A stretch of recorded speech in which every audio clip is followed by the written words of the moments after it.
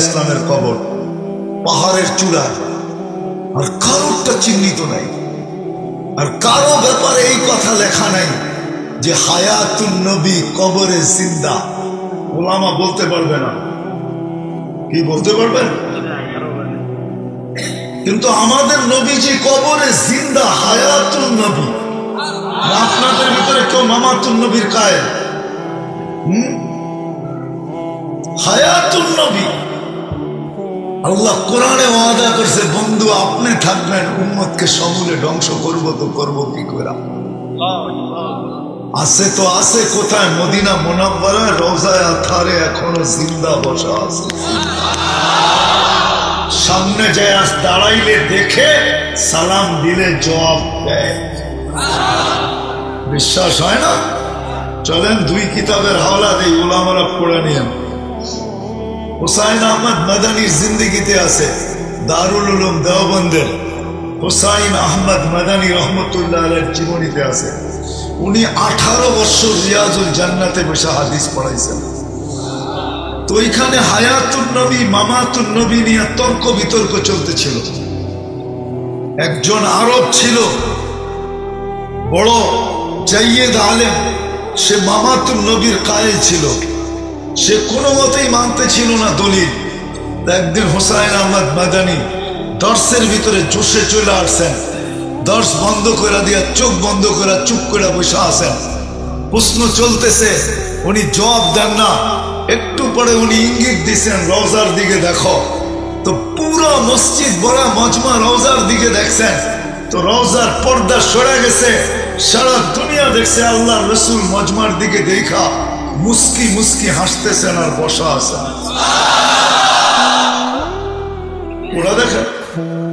আরেকটা আছে রেফাই খানদানের সবচেয়ে বড় আলেম, কুয়েতের এক রেফাই খানদান আছে। ওই খানদানের বুজুর্গ রেফাই খানদান, এটা আহলে বাইত। ওই বুজুর্গ যখন সালাম দিছেন, আসসালামু আলাইকা ইয়া জাদ্দি, উনি দাদা বলে সালাম দিছেন। ও আমার দাদা, কেননা এই বংশের ছেলে, আল্লাহর রসুলের বংশের, আল্লাহর রসুলের নসলের, তার অধিকার আছে দাদা বলে সালাম দেওয়া। তো সালাম দিছে, আসসালাতু আসসালামু আলাইকা ইয়া জাদ্দি। তো ভিতর থেকে জবাব আসছে জোরে, ওয়া আলাইকা সালাম ইয়া ইবনি, ও আমার ছেলে, তোর উপরেও সালাম। তো রেফাই খানদানের বুজুর্গ বলতেছিল, দাদা যান, সালামের জবাব যখন এত জোরে দিলেন, তো হাতটা বাহির করে দেন না, একটু চুমা দিয়া যায়। তো হাত বাহির হয়ে আসছে, পুরা পুরা মসজিদে নববী আলোকিত হয়ে গেছে। রেফাই খানদানের ওই লোক হাতে চুমা দিয়া দিছেন, হাত ভিতরে চলে গেছে। আমাদের নবীজির কারণে আমরা বেঁচে আছি। আসেন আসেন, কথা তো আমার পরে যারা আসবে তারা বলবে, এখনো বক্তা রয়ে গেছে। আসেন, আজকে আমরা যে সারা দুনিয়ায় নির্যাতিত, শুধু আর শুধু কারণ মুহাম্মদুর রাসূলুল্লাহ সাল্লাল্লাহু আলাইহি ওয়াসাল্লামের ইজ্জত না রাখার কারণে। ইজ্জত রাখি নাই ওনার, ওনার চোখের পানির দাম রাখি নাই, দাম মিটা যাওয়া উচিত ছিল আমাদের জমিনের সাথে। শুধু বন্ধুর সাথে ওয়াদা দেখা আল্লাহ আমাদেরকে টিকায় রাখতেছেন, আর এখনো পাহারা দিয়ে রাখতেছেন না। বন্ধুর সাথে ওয়াদা, লা আতরুকু উম্মাতাকা ফারদা ওয়া লা আতরুকু উম্মাতাকা ওয়াহদা। আপনার উম্মতকে আমি দেখা রাখব। আমরা না চোখের পানির ইজ্জত রাখছি, না আল্লাহর রাসূলের জীবনের ইজ্জত রাখছি। যদি ইজ্জত রাখতাম, তাহলে হায় হায় উম্মতে মুহাম্মাদি দেখলেই চিনা যেত যেটা উম্মতে মুহাম্মাদ। আমাদের উপরে রং হইতো, রং থাকতো, রং থাকতো।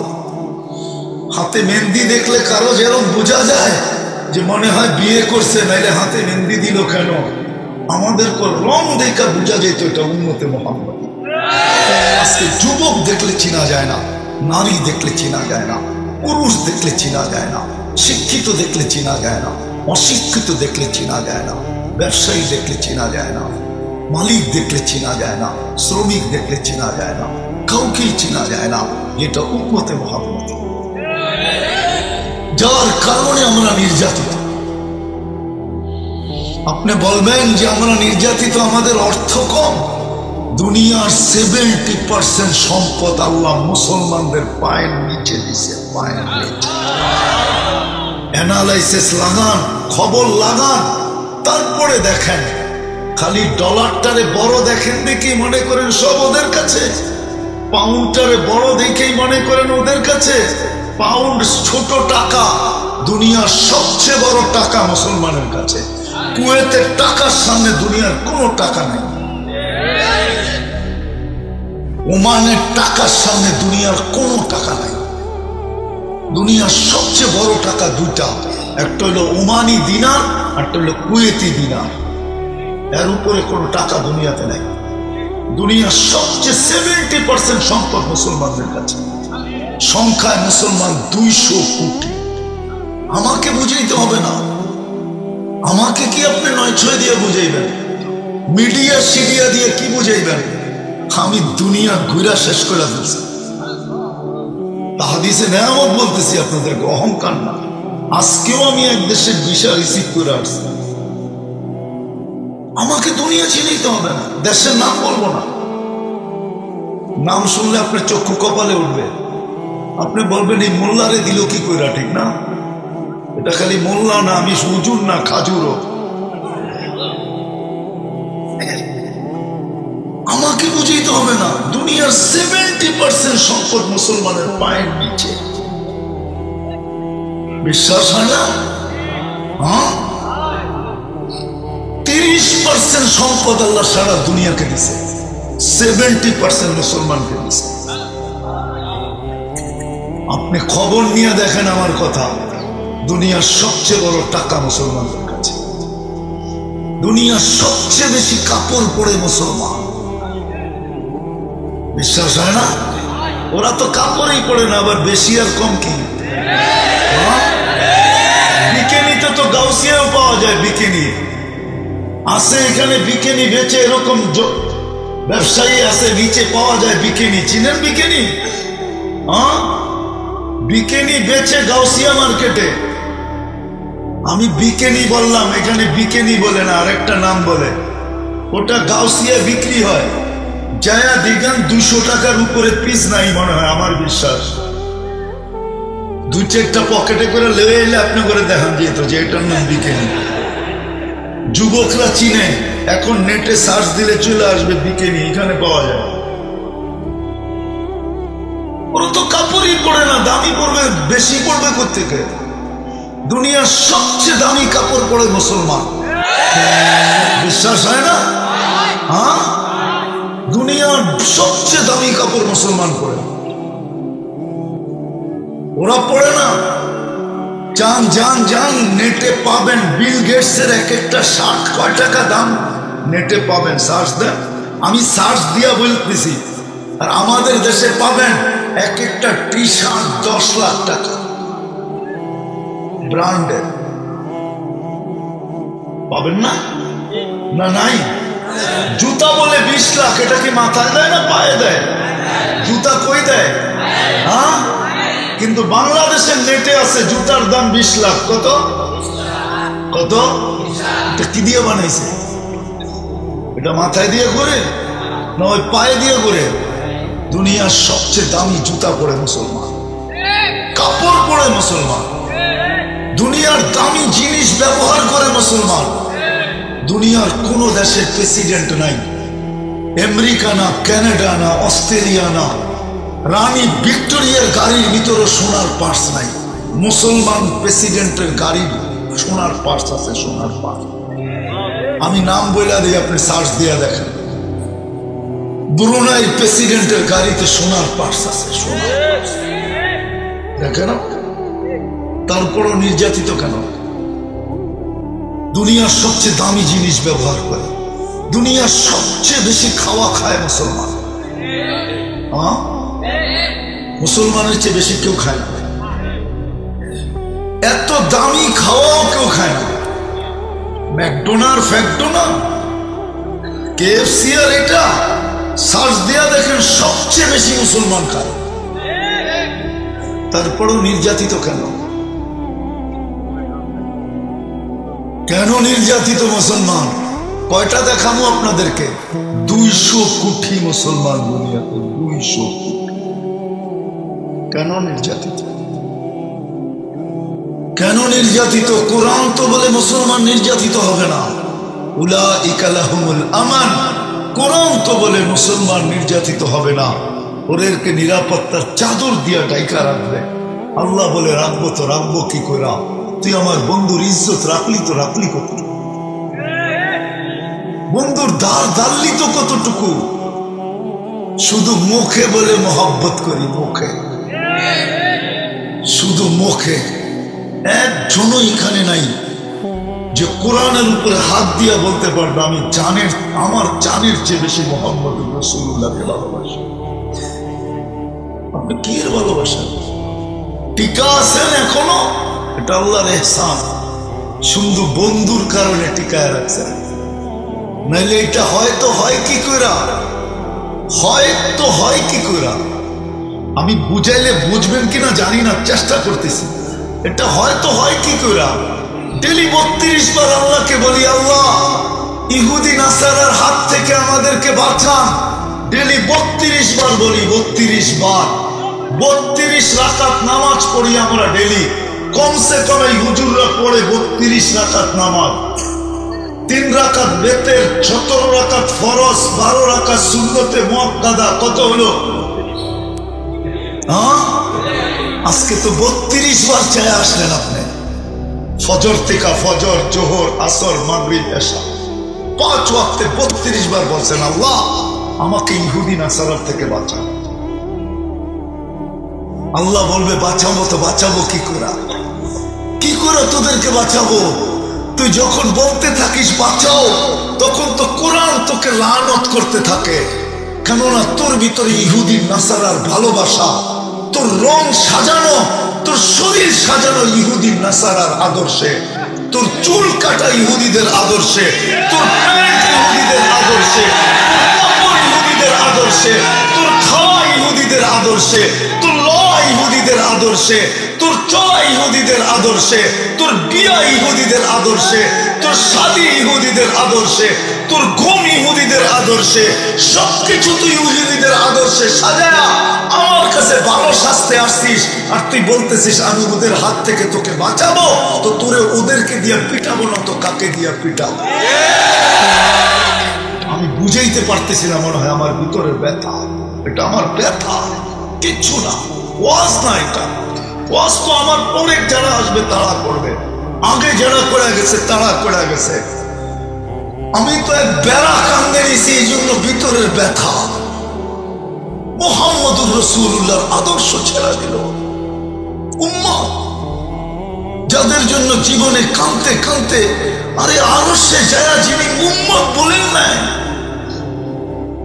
40 দিন মুসা আলাইহিস সালাম বেহুশ ছিলেন, শুধু এক তাজাল্লি দেখা। 14,70,000 পর্দার ওই পার থেকে তাজাল্লি মুসা আলাইহিস সালাম সইতে পারেন না, 40 দিন বেহুশের মতো ছিলেন।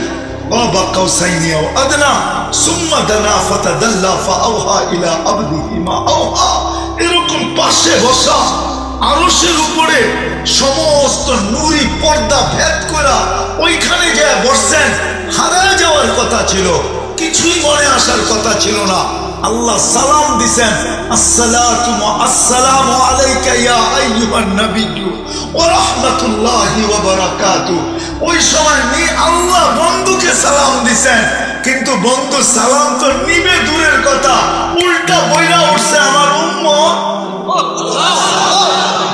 আজকে আমাকে না দিলেও চলবে, আমার উম্মতকে দেন। ওই উম্মত লানত আমাদের জিন্দেগির উপরে। আমি কথা শেষ জায়গায় চলে আসছি, লানত আমাদের জিন্দেগির উপরে। উম্মতে মুহাম্মাদি আল্লাহ মাপবে মুহাম্মাদি পাল্লা দিয়া, সবাইকে ওই স্কেল দিয়া মাপবে, ওই মিটার দিয়া মাপবে। কোরআন শুধু শুধু চিৎকার দেয় নাই, যেটা আমি প্রথমে বলছিলাম যে আমাদেরকে আল্লাহর পক্ষে কিয়ামতের দিন দাঁড় করাবে। আল্লাহকে যদি জিজ্ঞাসা করি আমাদের পক্ষে কে, তা আল্লাহ বলবে কিয়ামতের বাদশা তোদের পক্ষে, ওর রাসূল শাহীদান আলাইকুম, আমি কিয়ামতের বাদশাকে তোদের পক্ষে দিয়া দিছি। দেখোস না ঘোষণা দিছি, সালতু তা শাফি তু সাফা, বন্ধু চাইতে দেরি আমি হাতে উঠায়া দিতে দেরি করব না।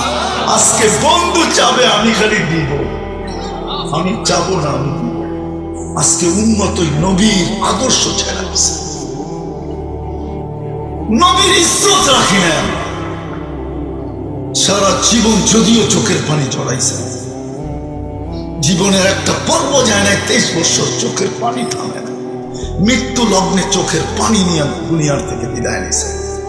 জিবরিল জিজ্ঞাসা করতে বাধ্য হয়েছেন, আতাবকি ওয়া আনতা ইলা রফিকিল আলা, এই মুহূর্তে কেউ কাঁদে, আপনি তো আল্লাহর সান্নিধ্যে চলে যাবেন, কাঁদেন কেন?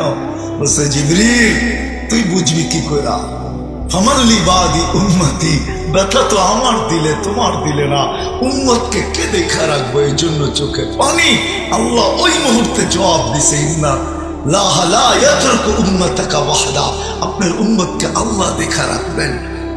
আবুল্লাহ সামরকান্দি লেখছেন, কবর থেকে উঠবেন তখনও ইয়াবকি ওয়া ইয়াকুল, কানতে কানতে উঠবেন আর বলতে বলতে উঠবেন, জিবরিল আইনা উম্মতি, উম্মত তো দেখি না, একা না উঠছি, তুমি একা আসছো, ময়দান খালি দেখি, আমার উম্মত কই, উম্মত কই, উম্মত কই, উম্মত কই, উম্মত। জিবরিল আলাইহিস সালাম আশ্বস্ত করবে, মা শাক্কাল আরদা ইল্লা আহাদুন ইল্লা আনতা, আপনি ব্যতীত জমিনের উপরে কেউ ওঠে না, উম্মত এখনো ওঠে না, চিন্তিত হয়েন না। যে উম্মত হায় হায় সামান্য দুনিয়াবি একটা পদবি চেয়ার পাওয়ার জন্য, আরে হোক না সেটা মার্কেটের সমিতির পদ, হোক না সেটা ইউনিয়ন কাউন্সিলের পদ, ওটা পাওয়ার জন্য, এমপিত্ব মন্ত্রিত্ব তো আরো উপরের জিনিস, একটা ইউনিয়ন কাউন্সিল চেয়ার পাওয়ার জন্য নববধূকে বিধবা করতে দ্বিধা করে না, ছোট ছোট বাচ্চাকে এতিম করতে দ্বিধা করে না, মার কোল খালি করতে দ্বিধা করে না, নিজের তাজা বুকের রক্ত ঢাইলা দিতে দ্বিধা করে না। যে উম্মত শুধু দুনিয়ার একটা কাঠের চেয়ার পাওয়ার জন্য আর কিয়ামতের দিন মাকামে মাহমুদ দিবে মুহাম্মদুর রাসূলুল্লাহ সাল্লাল্লাহু আলাইহি ওয়াসাল্লাম কে, যেটা কোরআন এখনো চিৎকার দিতেছেন, ফাতাহাজ্জাত বিহি নাফিলাতাল লাক আসা আইয়াবআসাকা রাব্বুকা মাকামান মাহমুদা। আমরা আজানের পরে দোয়ার ভিতরে পড়ি, আতিহি মাকামান মাহমুদা, আমাদের নবীজিকে মাকামে মাহমুদ দেন।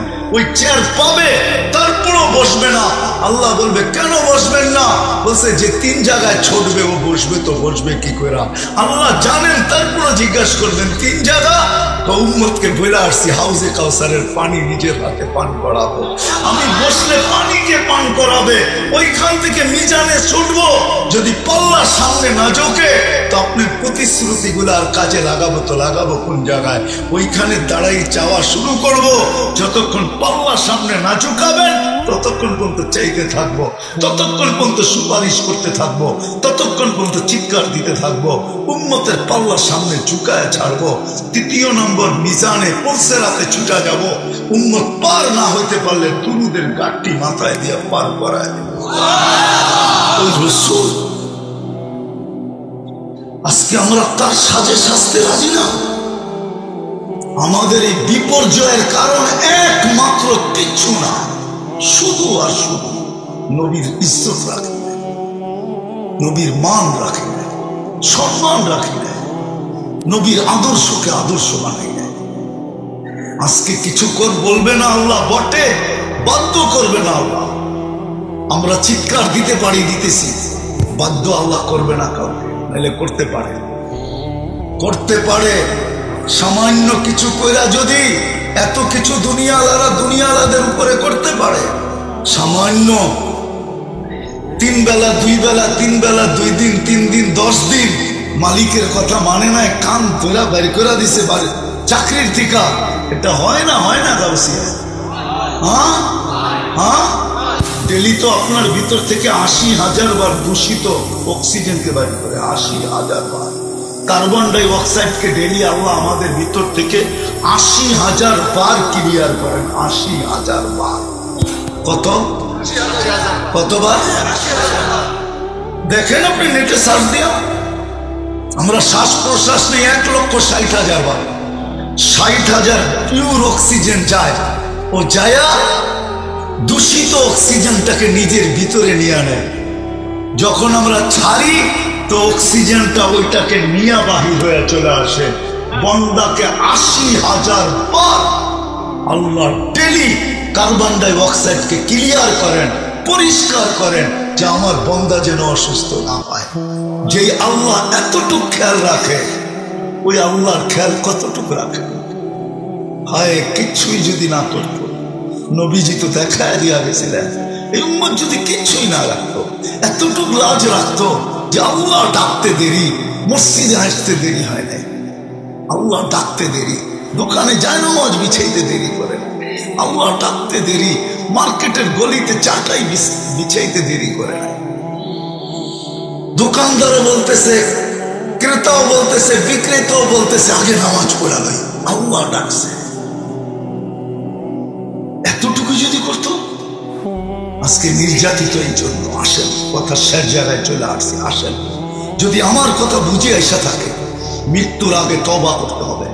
এই উম্মতকে আল্লাহ সুযোগ দিচ্ছেন, কণ্ঠনালীতে রু আসার পূর্ব মুহূর্ত পর্যন্ত সুযোগ আছে।